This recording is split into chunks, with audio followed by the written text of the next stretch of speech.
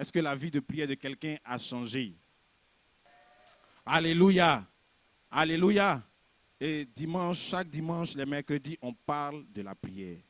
Parce que la prière est vitale. Dis avec moi, vitale. Alléluia. Sans la prière, nous ne sommes pratiquement rien. Amen. Car c'est la prière qui nous met en contact avec le royaume des cieux, par la prière que nous sommes en contact avec Dieu. C'est par la prière que nous entrons dans le monde spirituel. Et par la prière, donc, nous nous connectons à notre source. Car de même que les plantes ne sont rien sans le contact avec le sol, et de même que le poisson n'est rien sans son contact avec l'eau, nous aussi, nous ne sommes rien sans notre contact avec Jésus-Christ par la prière. Alléluia. Alléluia. Et nous avons eu vraiment de puissants enseignements ce dimanche sur la prière. Amen.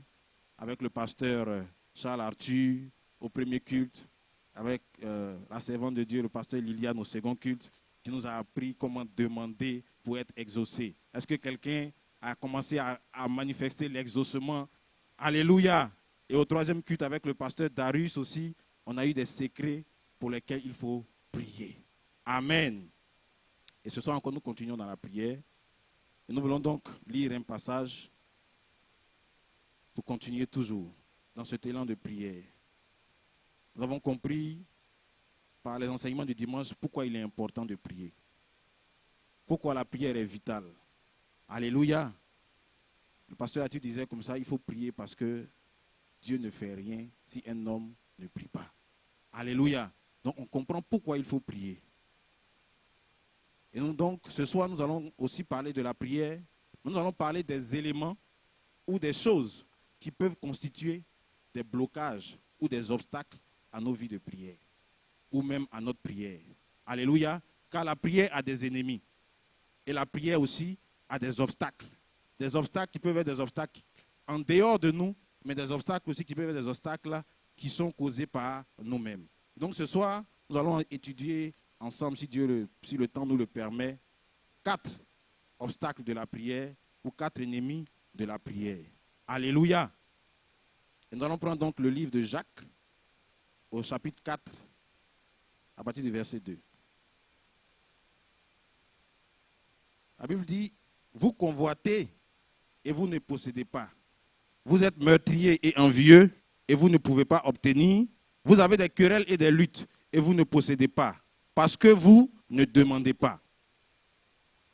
Verset 3, vous demandez et vous ne recevez pas parce que vous demandez mal dans le but de satisfaire vos passions. Alléluia. Alléluia. Donc dans ce passage, on a 2 éléments. On a le premier élément, il dit, vous n'obtenez pas. Pourquoi? Parce que vous ne demandez pas. Amen. Et donc, le premier ennemi même de la prière, il y a la catégorie de ceux qui ne prient pas. C'est-à-dire ceux qui ne demandent pas. Donc on parle de la prière, mais il y a des gens, eux, ils ne prient pas. Ils ne prient pas. Pourquoi? Ils ne prient pas, premièrement, parce qu'ils ne croient pas en la prière. Alléluia. Ou ils ne croient plus en la prière. Beaucoup aujourd'hui ont des situations, et si on lui demande, frère, viens, on va prier pour ton travail, beaucoup vont te regarder. On va demander, est-ce que tu crois? Il va dire oui. Mais dans son cœur, il ne croit plus que la prière qu'on va faire aura un effet. Parce qu'il dit qu'il a déjà fait plusieurs jours de jeûne pour son sujet. Il y a plusieurs pasteurs qui ont déjà prié pour lui. Plusieurs fois, il a fait des offrandes de déblocage. Mais depuis, son sujet persiste. Et donc, depuis un moment, le frère ou la sœur a relâché dans la prière. Il vient à l'église. Il ne vit pas dans le péché. Mais vraiment la prière, il n'y croit plus trop.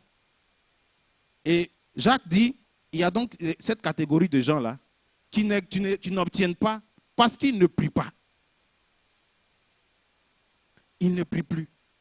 Ils ont arrêté de prier parce qu'ils ne croient plus. Or la Bible dit, dans le livre de Hébreux 11, or sans la foi, il est impossible de lui être agréable, car il faut que celui qui s'approche de Dieu croie. Alléluia. Or si tu ne crois plus, tu ne peux plus prier. Et beaucoup ne prient plus parce qu'ils ne croient plus. Ils ont abandonné la prière.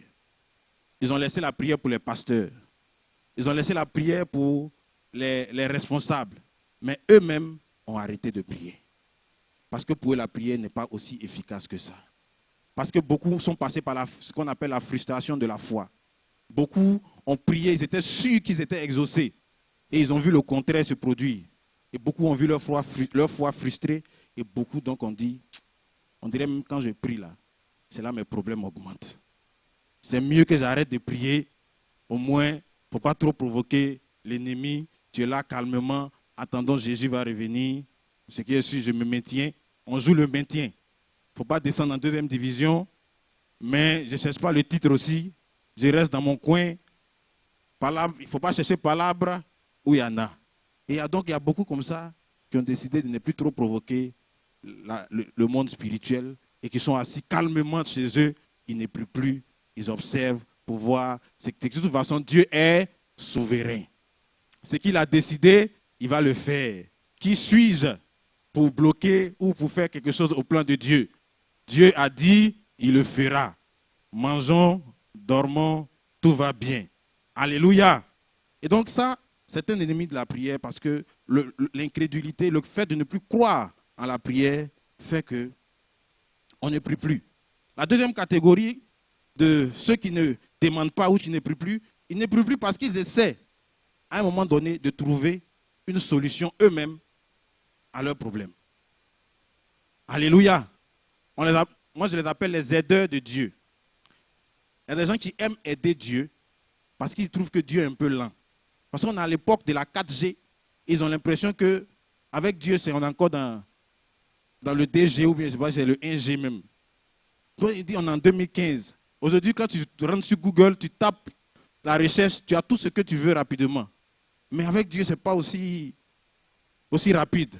Donc, certains veulent utiliser la 4G pour aider Dieu afin qu'il puisse les rejoindre dans leur modernité.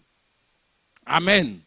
Et c'est le cas d'Abraham dans Genèse 12, à partir du verset 10. La Bible dit, il y eut une famine dans le pays. Et Abraham descendit en Égypte. Dis avec moi, descendit. Car la famine était grande dans le pays. Alléluia. Comme il était prêt d'entrer en Égypte, il dit à Saraï, sa femme, voici, je sais que tu es une femme belle de figure. Quand les Égyptiens te verront, ils diront, c'est sa femme. Et ils me tueront et te laisseront la vie. Dis, je te prie, que tu es ma sœur, afin que je sois bien traité à cause de toi et que mon âme vive grâce à toi. Alléluia. Donc, il y a la difficulté, il y a l'épreuve. Abraham a décidé de descendre. Amen. Il a décidé de ne pas prier, mais il a préféré chercher une solution humaine. Il a réfléchi et avec sa sagesse, il a dit, si c'est bloqué ici, allons de l'autre côté. Si ça ne va pas à Abidjan, essayons d'aller en France. Depuis que je suis en Côte d'Ivoire, ça ne marche pas. Et si j'allais en France? Et si je partais tenter aux États-Unis? Parce que là-bas, arrivé là-bas, je peux contracter un mariage rapide pour aider Dieu, afin qu'il me donne la nationalité. Et avec la nationalité française, je pourrais avoir un bon travail. Et quand je vais commencer à prier, je vais envoyer les offrandes pour bénir le ministère. Alléluia. Voilà le projet d'Abraham. Abraham a trouvé que c'était dur. Il fallait qu'il aille aider Dieu à sauver sa situation. Et il a commencé à faire des arrangements. Et beaucoup d'entre nous, nous faisons souvent des arrangements pour aider Dieu à nous aider. Parce que les hommes du monde disent, aide-toi et Dieu t'aidera. Je ne sais pas où ils ont vu le verset. J'ai continué, je cherche toujours le verset, mais je n'ai pas encore trouvé. Alléluia. Dieu n'a pas besoin de notre aide. Dis à ton voisin, Dieu n'a pas besoin de ton aide. Dis-lui, Dieu n'a pas besoin de ton aide.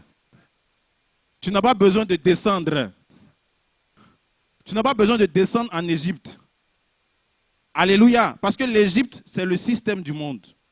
L'Égypte, ce n'est pas la présence de Dieu. Quand vous lisez au verset 7, la Bible dit qu'Abraham, l'Éternel a apparu à Abraham. Et il lui avait dit, je te donnerai ce pays à ta postérité. Abraham a bâti un autel à l'Éternel qui lui était apparu.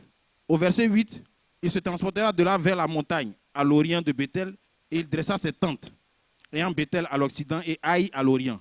Il bâtit encore là un autel et il invoqua le nom de l'Éternel. Alléluia. Donc, Abraham, avant que la famine n'arrive, quand tout allait bien, Abraham avait une bonne vie de prière.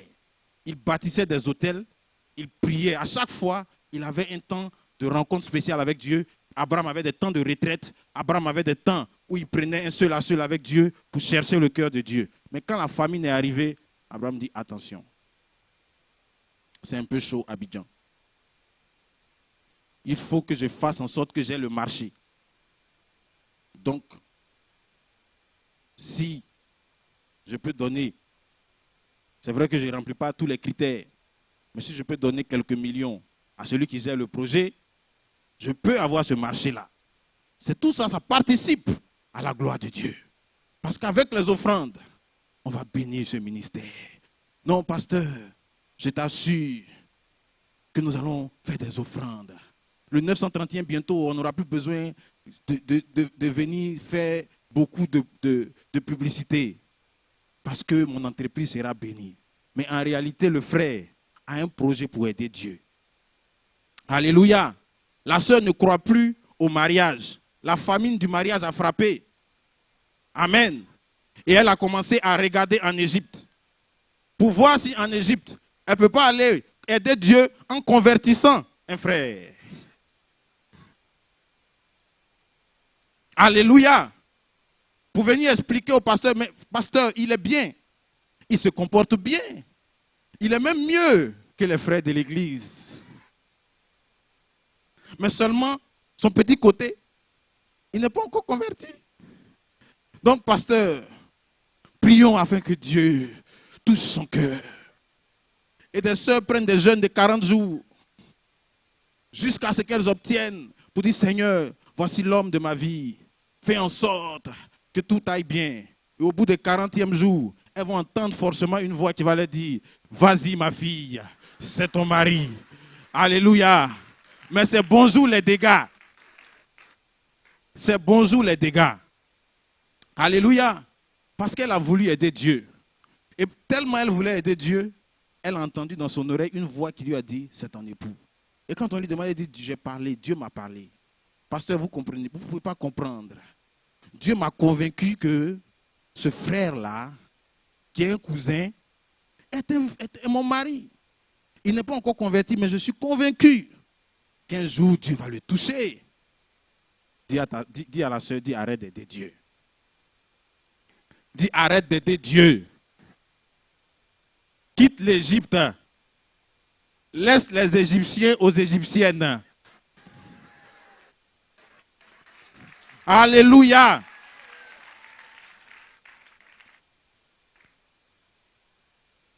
La famine frappe et beaucoup descendent en Égypte.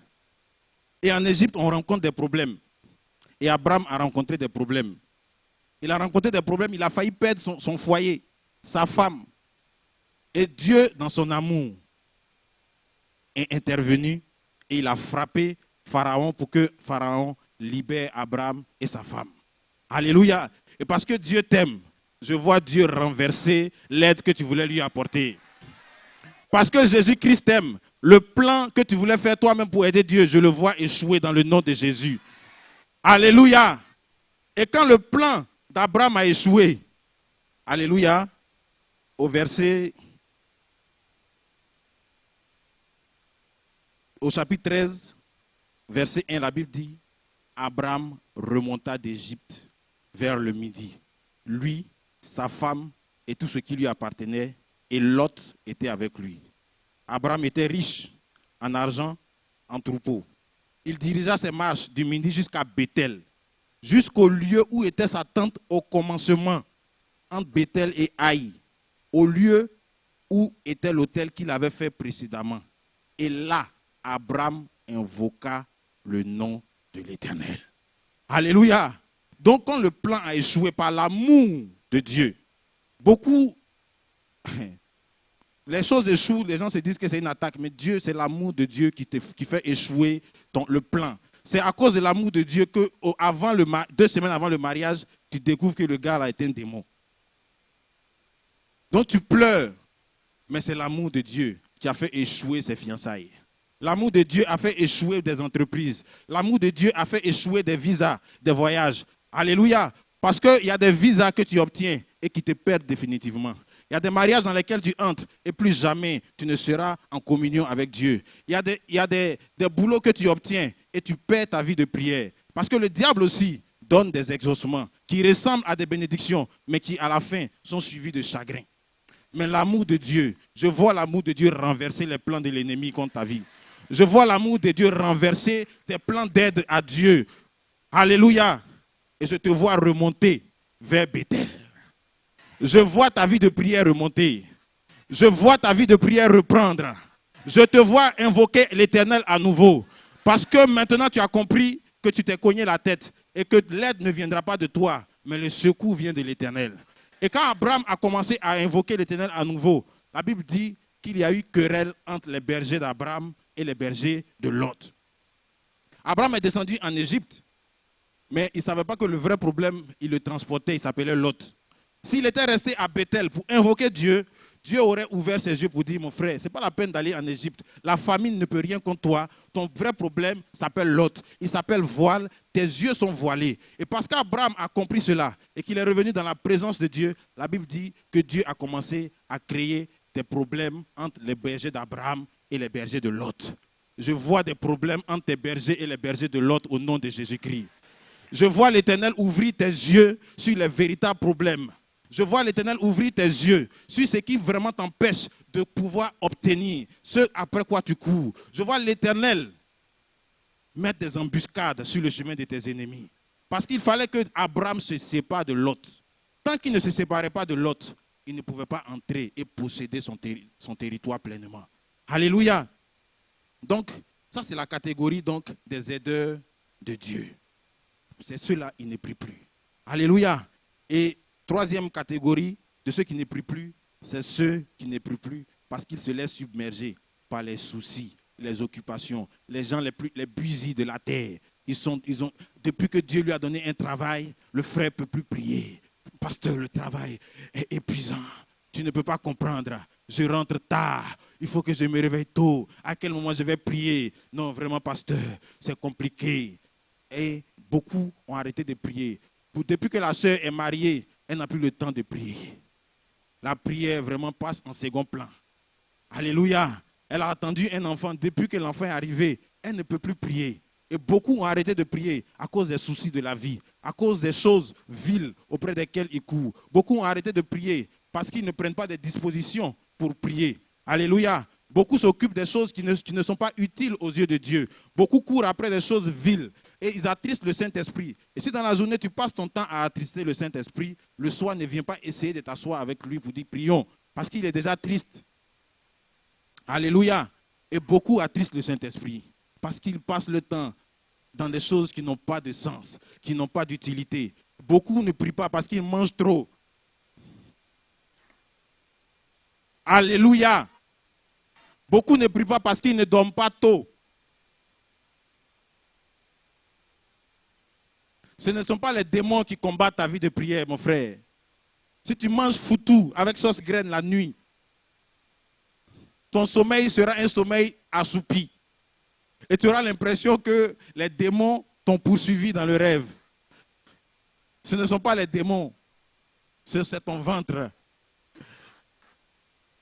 Beaucoup donc ne prient plus parce qu'ils mangent mal, parce qu'ils ne dorment pas tôt, parce qu'ils sont des spécialistes de télévision et ils veulent regarder tous les films, comment on appelle, Paloma, Saloma, Taloma, toutes les mamas, tout. Dis à la sœur, il faut arrêter. Alléluia. Il faut dormir tôt. On dit prie à 4 heures, mais tu dis, pasteur, quand je n'arrive jamais à me réveiller, c'est difficile. Ce n'est pas difficile. Tu manges à 24 heures et tu dors à 2 heures. À quel moment tu vas avoir le temps de dormir pour te réveiller à 4 heures et prier? Alléluia.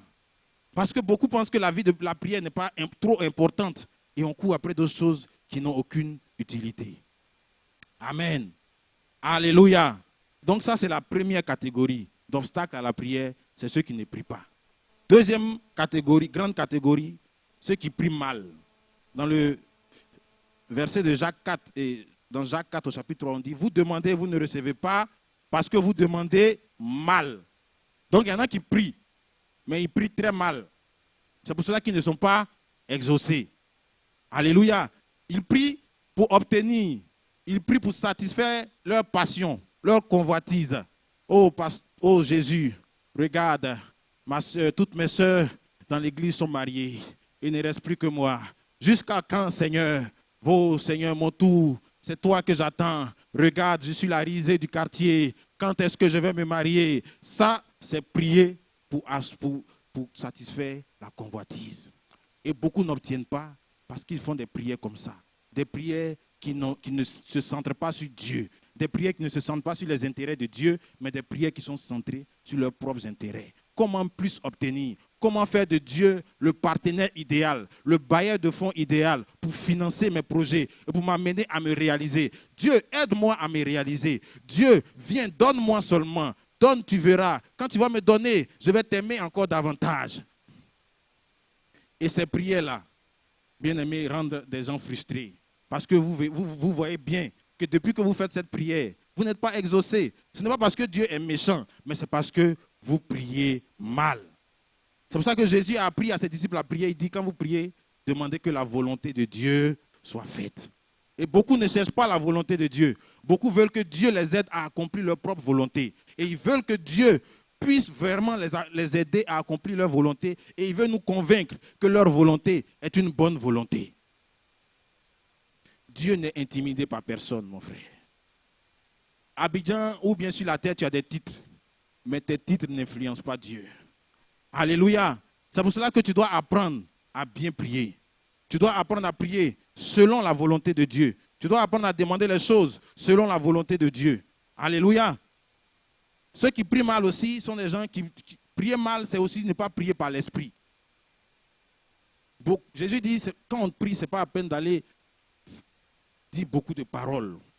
Seigneur mon Dieu, mon roi, toi qui es le plus grand des bons, ô Dieu de Dieu, tu es trop puissant. Prie, c'est bien. Mais il dit, ce n'est pas la peine de raconter beaucoup de choses. Ce n'est pas ça qui rend la prière efficace. Amen. La Bible dit dans Matthieu, et je dis Matthieu, excusez-moi.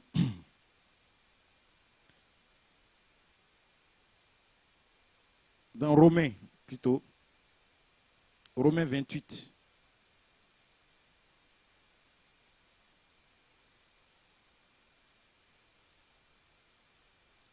Je ne retrouve pas mon passage.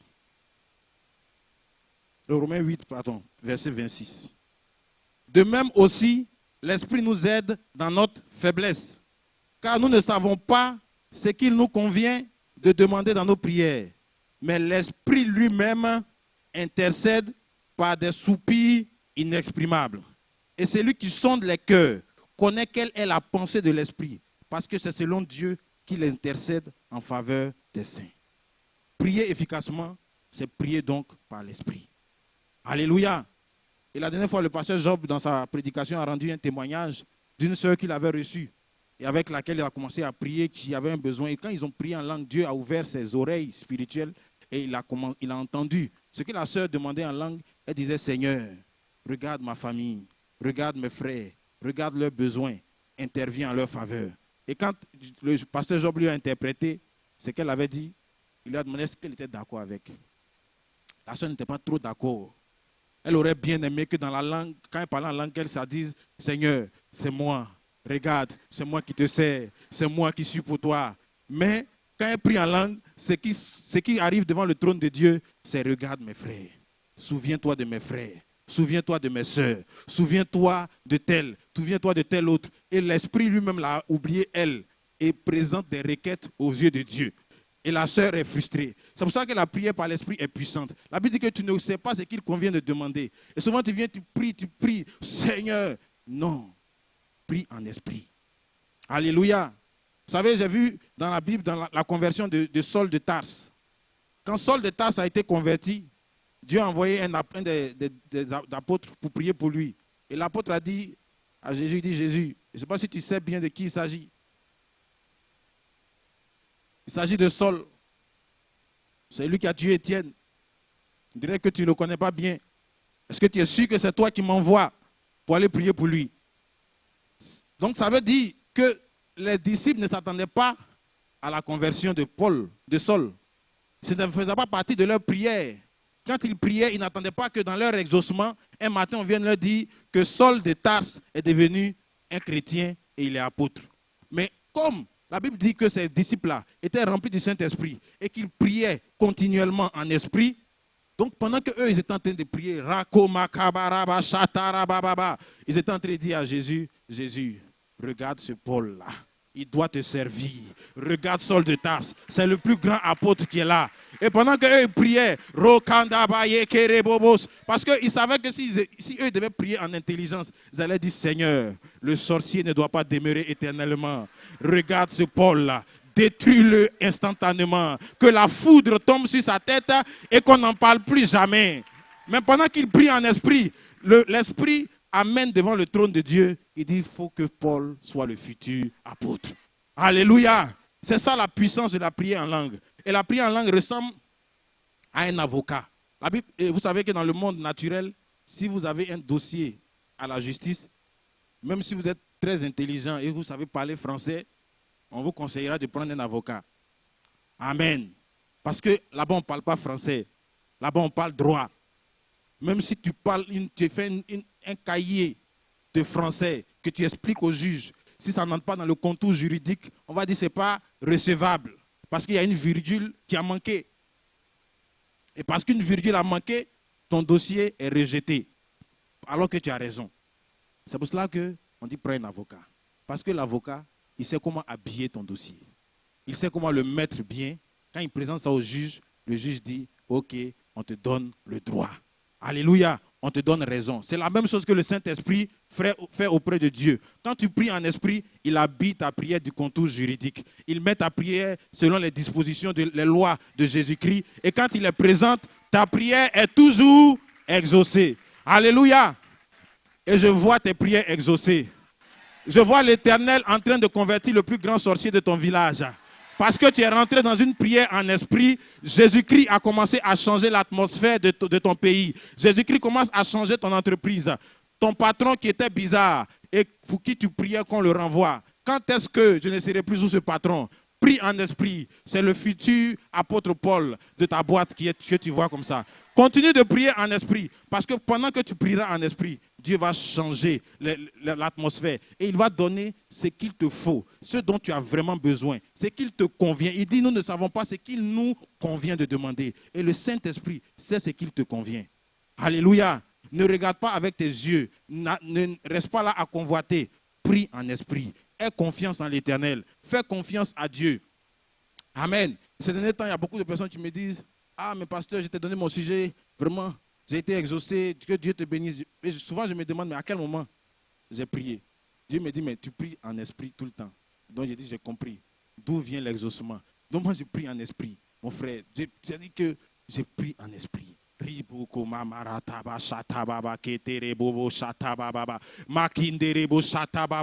J'ai pris seulement en esprit et l'esprit gère avec le Père et puis la vie se passe bien. Amen. Alléluia. Alléluia. Donc prions en esprit. C'est la bonne manière de prier pour être exaucé. Troisième groupe d'obstacles. Ceux qui vivent dans le péché. Ceux qui vivent dans le péché. Il y a des gens qui prient, mais ils ne sont pas exaucés parce qu'ils vivent dans le péché. Ésaïe 59. Non, la main d'Éternel n'est pas trop courte, ni son oreille trop dure pour entendre. Mais ce sont vos crimes qui mettent une séparation entre vous et votre Dieu. Ce sont vos péchés qui vous cachent de sa face et l'empêchent de vous écouter. Proverbe 28, verset 9. Si quelqu'un détourne l'oreille pour ne pas écouter la loi, sa prière même est une abomination. Et la Bible dit, si tu vis dans le péché et tu veux te moquer de Dieu pour prier, quand ta prière monte, ça ressemble à de la provocation. Dieu est fâché. C'est comme si tu tentais d'énerver Dieu. C'est comme si on t'a fait monter du gaz carbonique pour étouffer le ciel. Et donc ta prière monte comme une abomination. Alléluia. Et ces derniers temps, le pasteur a parlé sur le péché. Frère, sœur, examine ta vie. Ne te presse pas pour prier. La Bible dit que l'obéissance vaut mieux que le sacrifice. La prière est un sacrifice. Mais si tu n'es pas obéissant, ton sacrifice ne va servir à rien. Obéis à Dieu. Marche dans la sainteté. Recherche la sainteté de tout ton cœur. C'est possible. Alléluia. Jésus a marché dans la sainteté et il dit que tout ce qu'il a fait, nous pouvons faire cela. Et nous pouvons faire encore plus que ce qu'il a fait. Donc, marcher dans la sainteté en 2015, au temps où les filles ne s'habillent plus, c'est encore possible. Alléluia. C'est encore possible de vivre dans la sainteté. Ne dis pas, pasteur, c'est pas facile. Regarde, les filles ne s'habillent plus. Frère, c'est encore possible. Alléluia. N'utilise pas des excuses pour autoriser ou t'autoriser à vivre dans le péché. Ne dis pas, si je ne fais pas ça, comment je vais manger? Qui va payer ma maison? Il n'y a pas d'excuse pour continuer à être une cafopienne, pour continuer à donner les coups au mari de quelqu'un d'autre. Le temps est arrivé que tu démissionnes du CAFOP.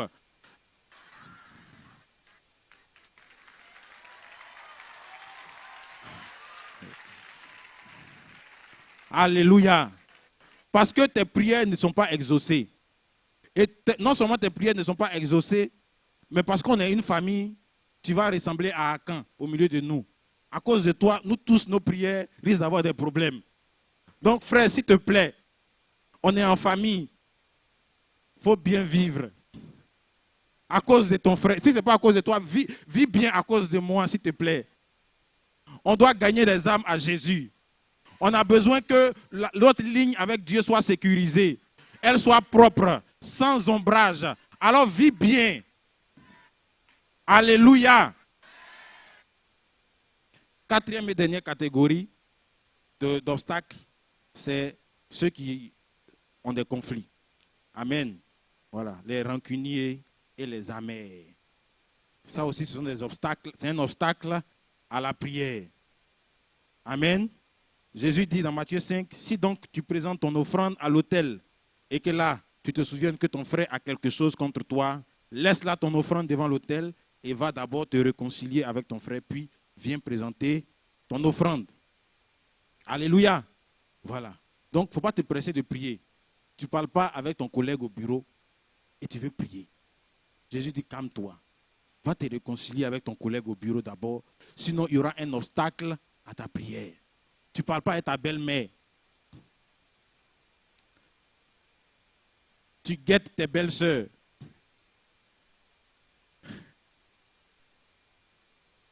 Et tu veux aller prier.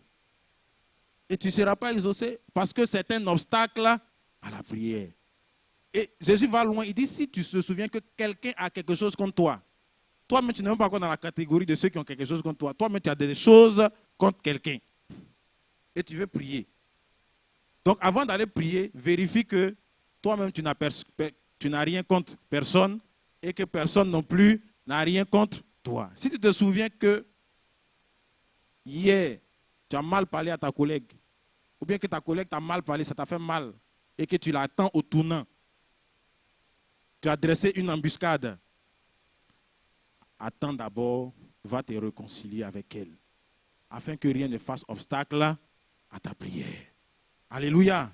Ne sois pas amer ni aigri, parce qu'il dit veillez à ce que nul ne se prive, Hébreux 12, 15, de la grâce de Dieu, à ce qu'aucune racine d'amertume, poussant des rejetons, ne produise du trouble et que plusieurs n'en soient infectés. Donc, si tu es amer seulement. On t'appelle frustrario. Tout te frustre. 1, 2, 3, tu es frustré. Frustrario. Quitte la frustration. Alléluia. À l'époque, le pasteur Gérard m'a dit, il dit celui qui frustre n'a pas d'amour, celui qui est frustré aussi n'a pas d'amour. Donc le frustreur et le frustré n'ont pas d'amour. Amen. Parce que si tu arrives à frustrer, c'est que tu as un problème Et si toi aussi on arrive à te frustrer, c'est que tu as un problème. Donc les frustrés et les frustrés, réglez votre problème de frustration. Alléluia. Parce que ne sois pas toi aussi une pierre d'achoppement. Parce que quand tu ouvres ta bouche pour parler, vraiment, chacun attrape sa chaise.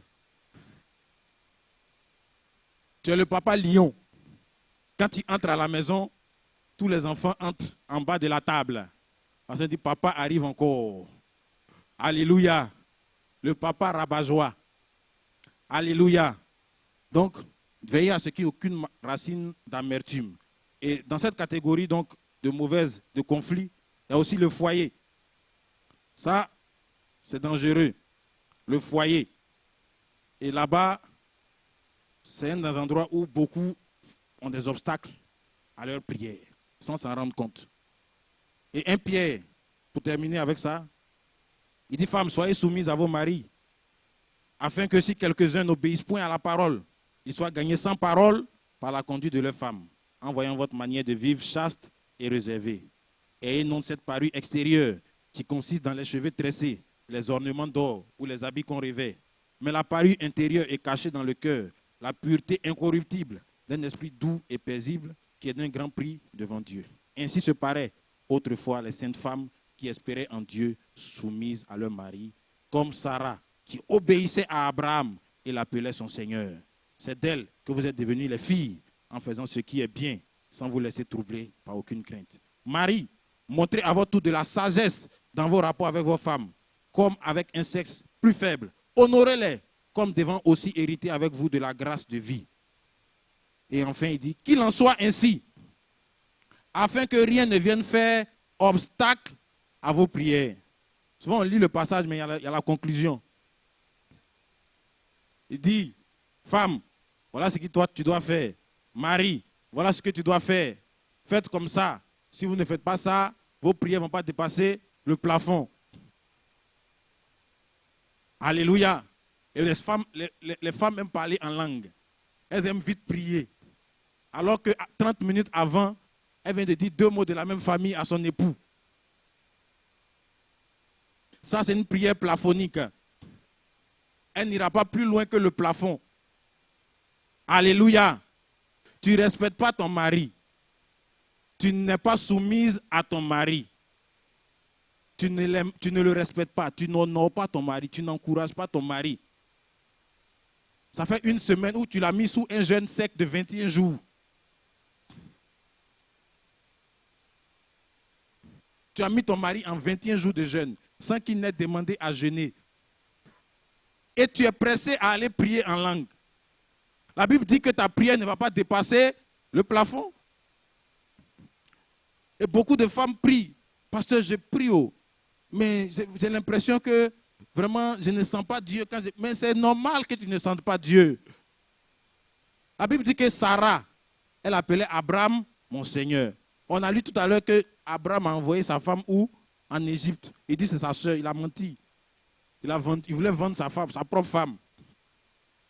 C'était un gars bizarre, Abraham, avant. Il dit, tu es ma soeur. Donc, il voulait faire un deal avec sa femme. Alléluia. C'est le même Abraham. Dès que sa femme lui a dit, écoute, chérie, je pense que si tu prends Agar, c'est pas mal. Il dit, très bonne idée, chérie. Dieu te parle, Dieu te parle. C'est le même Abraham qui a failli prendre le fils unique, Isaac, pour aller l'égorger. Mais la Bible dit que Sarah l'appelait comment? Mon Seigneur, mon propriétaire, mon patron, mon chef. Tu es bizarre, mais je t'aime quand même. Tu es comme ça, mais tu es mon héros. Alléluia. Et parce que Sarah faisait ça, la Bible dit qu'elle a été exaucée à la fin du film. Sœur, honore ton mari. Alléluia. Fais rompre le jeûne maintenant à ton mari. On se communique, les femmes mariées. Voilà. Alléluia. Marie, vous aussi, montrez de la sagesse dans vos rapports avec vos femmes.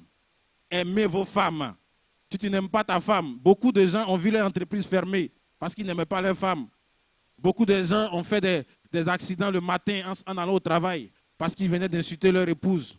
Beaucoup sont sortis de la maison, ont eu leur promotion bloquée au travail parce qu'ils ont des relations tendues avec leur épouse. Beaucoup n'avancent pas dans la vie parce qu'ils sont des maris invivables. Alléluia. La Bible dit que si tu continues à martyriser la femme que Dieu a mise à tes côtés, tes prières ne dépasseront pas le plafond et tu ne seras pas exaucé. Faites cela en sorte que rien ne fasse obstacle à vos prières. Il y a des obstacles qui se dressent dans les prières.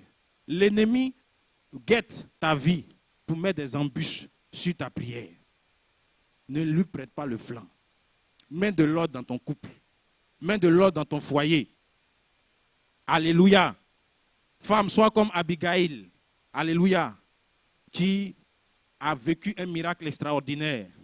Qui avait épousé un homme qui s'appelait Nabal. La Bible dit que Nabal, ça veut dire fou, insensé. Mais elle a fait passer son Nabal. Et par son attitude, par sa manière de vivre avec ce Nabal, la Bible dit que ce Nabal, son vieil homme, Nabal est la représentation du vieil homme. Et tu vis avec un mari peut-être qui est un converti, qui est comme Nabal. Mais si tu sais marcher comme Abigail dans 1 Samuel 25, la Bible dit que ce Nabal-là, son vieil homme a eu une attaque. Et il est mort. Alléluia. Et quand il est mort, elle est entrée dans sa promesse qui est d'épouser David. Amen. Et Dieu m'a ouvert les yeux pour me dire que David et Nabal, c'est la même personne. Alléluia. Elle n'a pas marié deux hommes différents, mais elle a marié la même personne. Car ce Nabal représente le côté fou de ton mari, le côté insensé de l'homme avec qui tu vis, son côté païen qui n'obéit pas à Dieu. Mais quand Abigail a su se soumettre à son mari, a su intercéder pour son mari, a su prier pour son mari, le vieil homme a été crucifié, le vieil homme est mort, Nabal est mort et David a pris la place et elle a eu un mariage glorieux. Et je te vois avoir un mariage glorieux, ma soeur. Je te vois avoir un mariage excellent. Parce que le vieil homme de ton mari aura une attaque dans ses jours. Parce que tu vas commencer à bien te comporter à la maison. Le vieil homme de ton mari aura une crise cardiaque. Et son côté David va renaître. Le David qui en lui va sortir. Et tu feras un mariage glorieux. Alléluia. Et donc ce soir, le Seigneur nous montre les 4 grandes catégories qui font obstacle à nos prières. Ceux qui ne prient pas. Ceux qui prient mal. Ceux qui vivent dans le péché. Ceux qui ont des conflits. Ces 4 catégories-là sont des obstacles à la prière. Or, nous avons vu que la prière est vitale. Et donc, il faut faire en sorte que rien ne vienne faire obstacle à tes prières. Ce soir, nous avons parlé. Tu te connais. Alléluia. Tu sais plus ou moins dans laquelle des catégories tu te situes. Et nous allons donc prier. Chacun va parler à Dieu. Ne regarde pas ton voisin. Lui, il n'est pas dans les 4 catégories. Lui, tout va bien chez lui. Mais toi, tu es honnête avec toi-même. Tu sais où ça ne va pas. Dieu est un Dieu de la 2e chance. Dieu est le Dieu de la 3e chance. Dieu est celui qui donne des chances infinies. Parce qu'il dit tant que tu as la vie, tu peux encore espérer. Il dit il y a 3 choses qui demeurent. Il y a la foi, il y a l'espérance et l'amour. L'amour de Dieu demeure. Et il y a de l'espérance pour toi ce soir. Si tu sais t'approcher de sa présence et tu sais t'approcher de lui de tout ton cœur, Dieu te communiquera la vie ce soir. Dieu restaurera ta vie de prière. Et je vois ta vie de prière restaurée dans le nom de Jésus ce soir. Je vois ta vie de prière redécoller. Je te vois te débarrasser de tout ce qui est empêchement. Te débarrasser de tout ce qui est désobéissance pour te reconnecter à Dieu. Oh Seigneur, voici nos vies devant toi. Nous voulons, Éternel, au travers de cette parole encore, te dire merci. Parce que tu nous donnes l'opportunité, Éternel, de sonder nos cœurs, de sonder nos vies et de voir, Seigneur, qu'est-ce qui dans nos vies fait obstacle à nos prières. Qu'est-ce qui dans nos vies, Éternel, nous empêche de prier efficacement. Qu'est-ce qui nous empêche, Éternel, d'être agréable à toi. Afin que nous ayons une prière qui est toujours exaucée. Car tu es celui qui exauce les prières. Exauce-nous, Seigneur. Relève-nous, Seigneur. Relève-nous, Jésus-Christ. Relève ceux qui sont fatigués et découragés. Restaure, Seigneur, ceux qui vivent, oh Dieu, des moments difficiles et qui ont perdu la foi et l'espoir. Redonne de l'espoir. Redonne de l'espérance. Seigneur, ceux qui viendront à toi ce soir pour te confesser leurs péchés, pardonne leurs péchés. Pardonne-les, Éternel, et relève-les. Et ceux, Éternel, qui ont des conflits et qui devant toi viendront, Éternel,